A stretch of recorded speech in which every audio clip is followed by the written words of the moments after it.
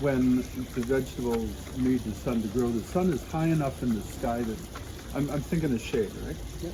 So we're looking, let's do south pretty much in line with, right? You make your vegetable garden from here up. Yep. That brings you back from the bamboo, makes it not an issue. Yep. You can wrap the Japanese, Oriental, whatever element around the bottom here. Yep.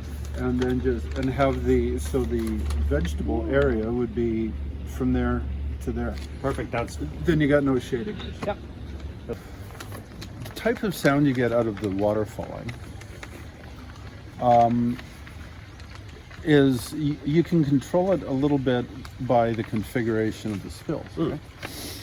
So what you got right now, I mean, I get that you're not going to run it out in one stream, but a single fall will tend to, you get sort of that white noise type quality to it, but it's loud.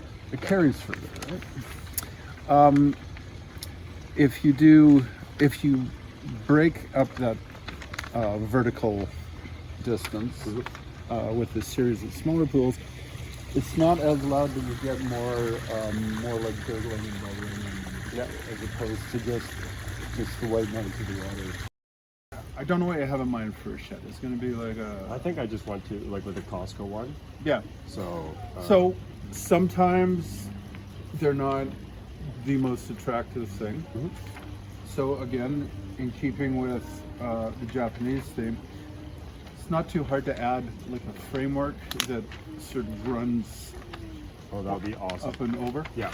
Then you can do like a wisteria. Yep. So the perfect exposure for wisteria. Okay.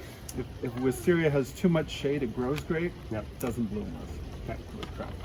So you could grow the wisteria over, hanging down, and it'll. That's a bad. Yeah. Thank you.